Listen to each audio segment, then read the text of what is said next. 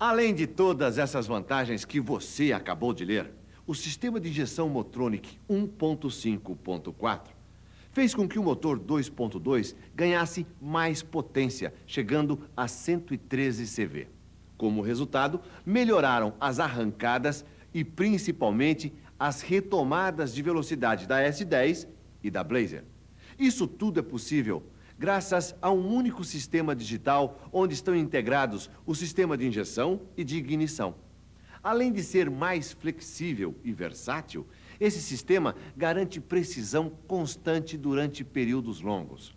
O módulo de controle eletrônico possui um microcomputador digital que permite converter um grande número de dados operacionais em dados de injeção e de ignição.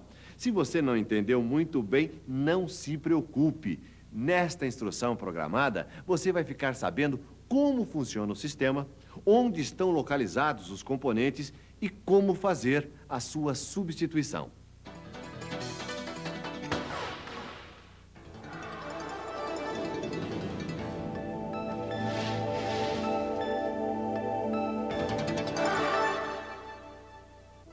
Como a remoção dos componentes do sistema envolve o sistema elétrico, vamos aproveitar que a bateria ainda está ligada e despressurizar o sistema de combustível. Remova o relé da bomba de combustível, localizado no bloco de relés no porta-luvas. Solte também o conector do interruptor de pressão da bomba de óleo do motor. Faça o motor funcionar em marcha lenta até que pare por falta de combustível. Acione a partida por 3 segundos para dissipar a pressão residual do combustível nas linhas. Agora, usando um alicate, você pode remover a conexão do tubo de combustível. Após ter aliviado a pressão, reinstale o relé da bomba de combustível. Agora, podemos iniciar a remoção dos componentes, não esquecendo de desligar o cabo negativo da bateria. A função do módulo de controle é receber sinais de vários sensores através dos terminais de entrada, analisá-los, processá-los e transformá-los em sinais de saída de forma a otimizar as condições operacionais do motor. No módulo estão incluídos os seguintes componentes: microprocessador, conversor analógico digital, memória RAM, que é a memória de trabalho, transistores, diodos e resistores e memória PROM, que é a memória do programa. O módulo está localizado na parte interna, no lado direito do veículo, sob o porta-luvas. Para removê-lo, solte os parafusos e retire o painel de acabamento.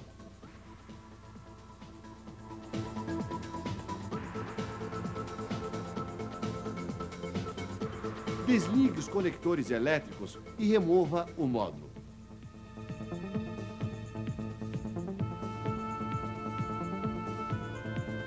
A seguir, vamos conhecer o sensor de oxigênio.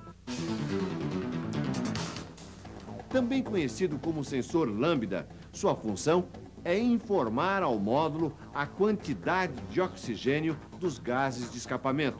Essa medição é feita usando-se a diferença que existe entre a concentração de oxigênio dos gases do escapamento e o ar externo. O sensor é um dos dispositivos que regulam o período de injeção do combustível usando o sinal de voltagem do módulo de controle para que a combustão seja ideal. O sensor de oxigênio está localizado no sistema de escapamento próximo ao flange de saída do coletor. Para removê-lo, retire o conector elétrico preso ao cárter e solte o sensor. Na instalação, use graxa especial na rosca do sensor. Mesmo que você já saiba, sempre é bom explicar que a detonação resulta do choque entre as ondas de combustão da mistura iniciada pela vela e da combustão espontânea da mistura ainda não queimada. O barulho metálico desse choque é chamado de batida de pinos.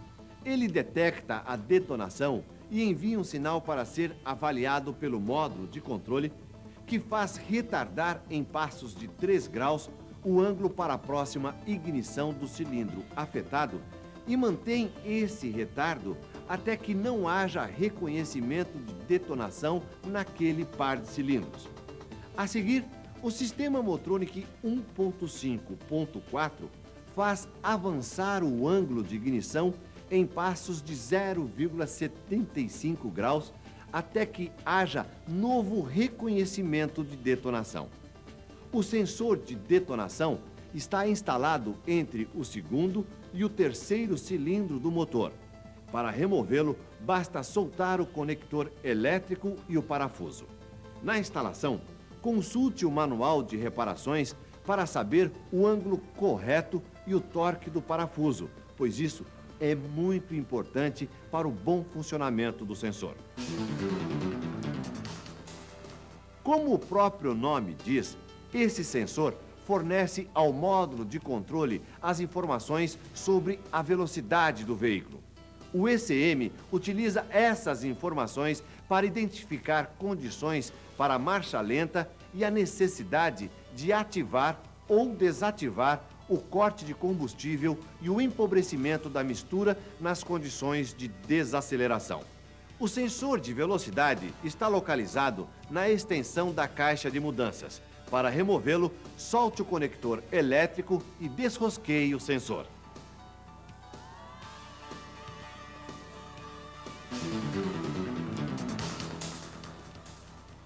Esse sensor tem duas funções: determinar a velocidade de rotação do motor, transmitir os dados correspondentes ao módulo de controle e estabelecer o ponto de referência para a determinação do ângulo do ponto de ignição, ou seja, a posição da árvore de manivelas.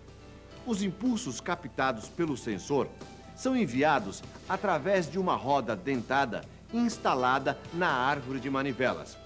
Essa roda dentada possui uma lacuna de 2 dentes que altera o campo magnético do sensor, indicando a posição da árvore de manivelas para que o ponto de ignição e injeção sejam feitos no momento mais adequado.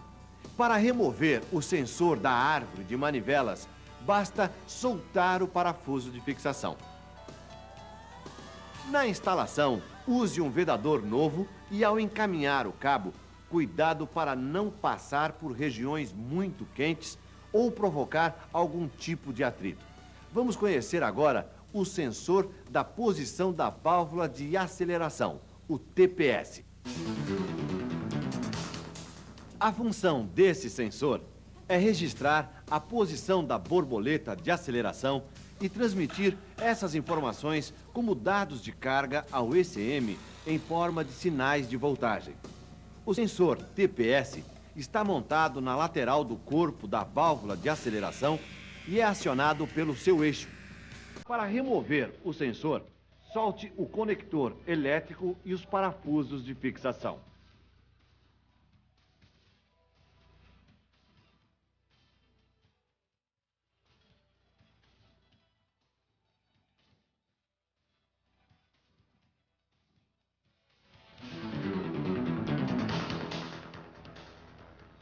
O CTS informa a temperatura do líquido de arrefecimento do motor ao ECM para correções da mistura ar-combustível.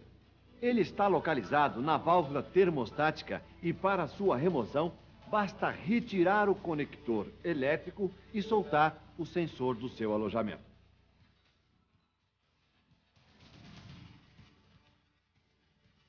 Na instalação, use uma junta nova e não esqueça de sangrar o sistema e completar o nível do líquido de arrefecimento.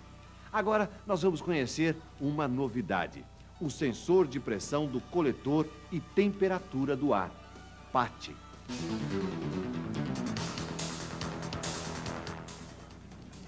O sensor de pressão no coletor integra a unidade do sensor de pressão e temperatura do ar, que substitui o sensor MAP. A pressão do coletor de admissão é controlada por um bico de pressão para a parte traseira do diafragma, o qual é resistente ao meio avaliado. O sensor de pressão fornece um sinal de saída que está diretamente relacionado à alimentação de voltagem. A saída elétrica do sensor é projetada de forma que falhas de funcionamento, causadas por interrupção do circuito ou por curto-circuito, possam ser detectadas por um circuito de entrada do ECM. O sensor de temperatura IAT consiste de um termistor semelhante ao sensor de temperatura do líquido de arrefecimento. Através de um resistor interno, o ECM fornece ao sensor IAT um sinal de 5 volts. Através da medição da voltagem resultante no circuito, o ECM é capaz de calcular a temperatura do ar de admissão. Este sensor está localizado na parte traseira do coletor de admissão e, para retirá-lo, solte o conector elétrico e os parafusos de fixação.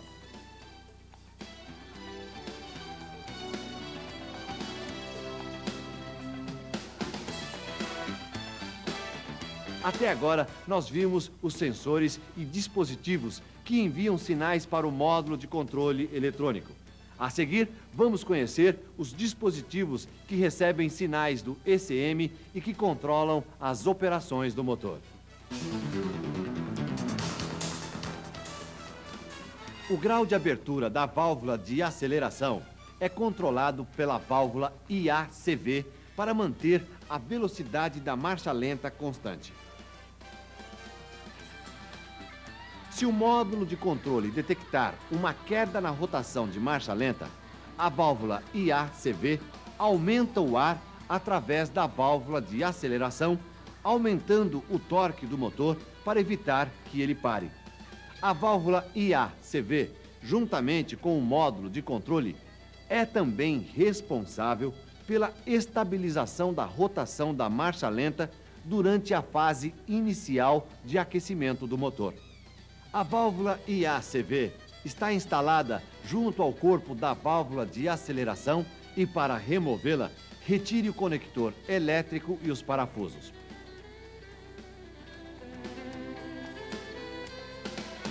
Um outro componente que recebe sinais do módulo de controle é a bobina de ignição DIS. O sistema possibilita uma combustão mais eficiente que resulta em redução da emissão de gases, redução do consumo de combustível e obtenção de potência máxima do motor. Cada bobina do módulo de ignição fornece alta voltagem para os 2 cilindros que estejam no ponto morto superior, ocorrendo a combustão no cilindro que estiver efetuando este ciclo. A bobina DIS está localizada na parte central do painel dash.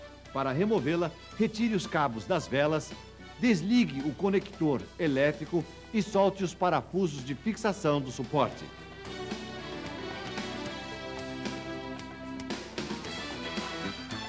Agora, vamos ver como funciona a bomba elétrica de combustível.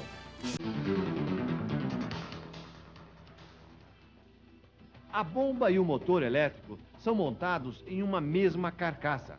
A bomba tem uma pressão de 3 bar acima da necessidade máxima, de forma que a pressão será mantida em todas as condições operacionais possíveis. A bomba de roletes consiste em uma câmara cilíndrica na qual está montada um disco excêntrico giratório. Ao redor da circunferência do disco, há aberturas onde estão assentados os roletes. A força centrífuga, gerada durante o movimento do disco, pressiona os roletes para fora do centro, criando uma vedação giratória e empurrando combustível para o sistema. A bomba de combustível está localizada dentro do tanque e, se você precisar removê-la, não vai ter outro jeito senão remover também o tanque. Para saber como fazer, veja a instrução programada da S10. Agora, vamos em frente com o filtro da linha de alimentação de combustível. O filtro está instalado aqui na travessa do chassi, próximo ao tanque, e não requer manutenção, a não ser nos períodos recomendados. Bom, agora vamos conhecer os injetores de combustível, cuja função é receber o combustível do tubo de distribuição e pulverizá-lo no coletor. Há um detalhe para verificar a pressão de combustível. Veja o procedimento no manual de reparação. Os injetores usados no sistema Motronic são do tipo acionado por solenoide com agulha e assento. Eles abrem a válvula quando uma corrente passa através da bobina do solenoide e fecham pela ação de uma mola de retorno quando o solenoide é desativado. A quantidade exata de combustível a ser injetada nos cilindros é calculada com base na variação dos sinais recebidos pelo módulo de vários sensores, que irá determinar o tempo de injeção. Este sistema não possui válvula de partida a frio. A duração da injeção é prolongada para enriquecer a mistura durante a partida e aquecimento do motor. Muito bem, assim acabamos de conhecer os componentes relacionados com o módulo de controle eletrônico. Agora chegou a hora de enfrentar o primeiro teste da apostila. Daqui a pouco eu volto. Até já e boa sorte.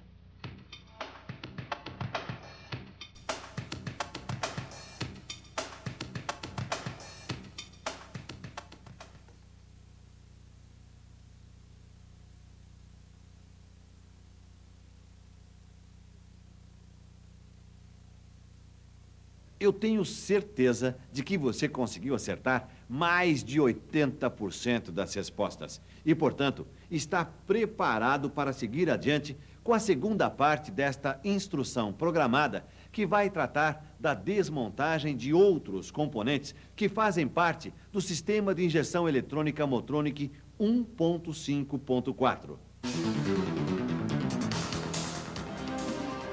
Solte a braçadeira e a mangueira da anticâmara ao corpo do filtro. Em seguida, solte a braçadeira e a mangueira de ar da ventilação forçada da anticâmara ao coletor de admissão.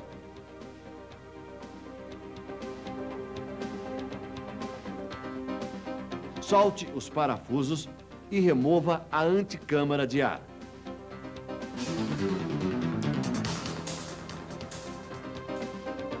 Retire os conectores.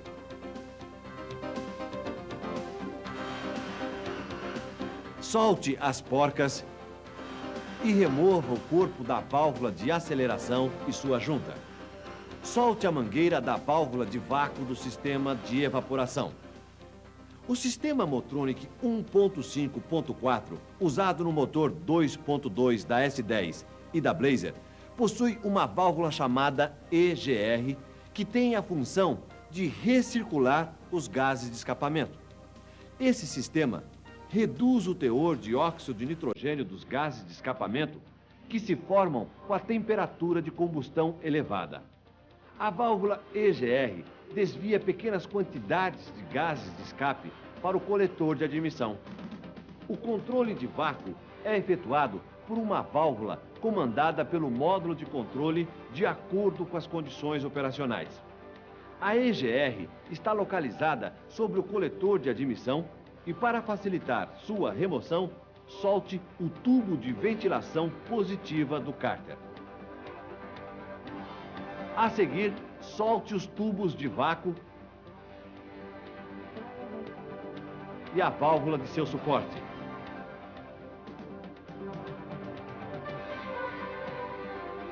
O tubo distribuidor de combustível será o componente a ser removido a seguir. Mas antes de prosseguir com a remoção, vamos falar um pouco sobre a válvula reguladora de pressão. A função desta válvula é manter constante o referencial de pressão entre o coletor de admissão e a injeção. Dessa forma, a quantidade de combustível a ser injetada poderá ser determinada exclusivamente através do período de abertura dos injetores. A válvula reguladora de pressão no fluxo, instalada no tubo do distribuidor, é controlada por diafragma e monitora a pressão do combustível em um valor desejado pelo sistema. Quando a pressão está excessivamente alta, o diafragma faz abrir uma pequena válvula que permite o retorno do combustível ao tanque. Uma mangueira curta conecta a câmara da mola do regulador ao vácuo do coletor de admissão. Essa mangueira serve para garantir que a pressão do combustível dependa da pressão no coletor de admissão e que a queda de pressão nos pulverizadores seja igual em todas as posições da válvula de aceleração. A válvula reguladora de pressão é removida juntamente com o tubo distribuidor de combustível, do qual iremos falar em seguida.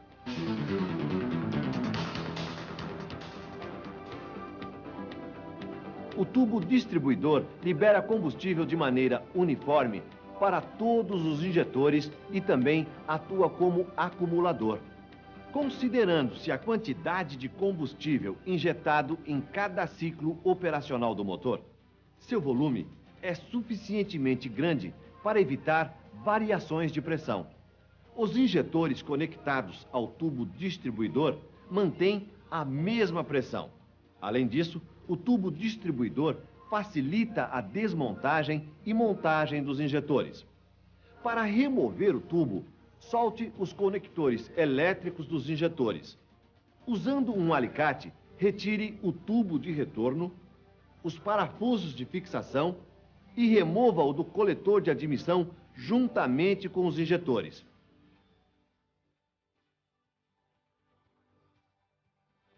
Para remover os injetores do tubo, basta desencaixar a presilha e soltar o injetor. Em seguida, vamos remover do tubo distribuidor a válvula reguladora de pressão. Para isso, com o tubo fixado numa morsa com os mordentes protegidos, solte o parafuso de fixação da válvula ao tubo. Vamos agora conhecer o sistema de controle de evaporação dos gases do tanque de combustível para o canister. Enquanto o motor estiver desligado, os vapores de combustível são conduzidos pela linha de ventilação do tanque ao reservatório de carvão ativado, também conhecido como canister. Quando o motor entra em funcionamento, os vapores são sugados pelo fluxo do coletor de admissão e consumidos normalmente pelo processo de combustão do motor. A saída dos vapores que estão no canister é controlada pelo vácuo quando o motor está funcionando com rotação acima da marcha lenta. O reservatório do canister está localizado próximo à parte traseira do tanque. Para removê-lo, solte o parafuso de fixação, desligue as mangueiras e remova o canister.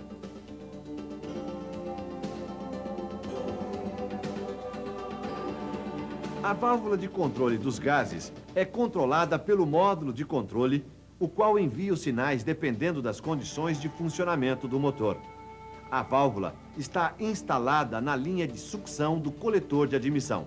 Sua remoção é feita soltando-se o conector elétrico e as mangueiras de entrada e saída. E assim, chegamos ao final da remoção dos componentes do sistema de injeção eletrônica Motronic 1.5.4. Para sua instalação, siga a ordem inversa da remoção, sempre obedecendo os torques e recomendações do manual de reparações. Agora, para completar esta instrução programada, só faltam alguns comentários sobre a condução dos diagnósticos do sistema.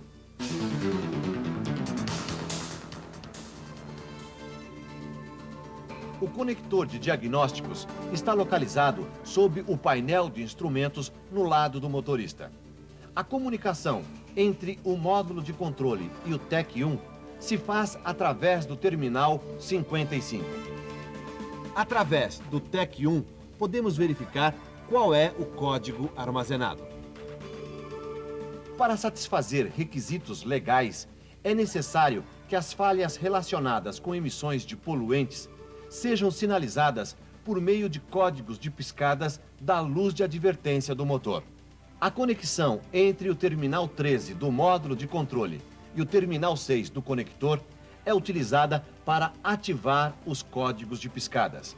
Deve-se tomar cuidado ao ligar o terminal 6 ao massa, pois os terminais que estão próximos poderão ficar ativos também.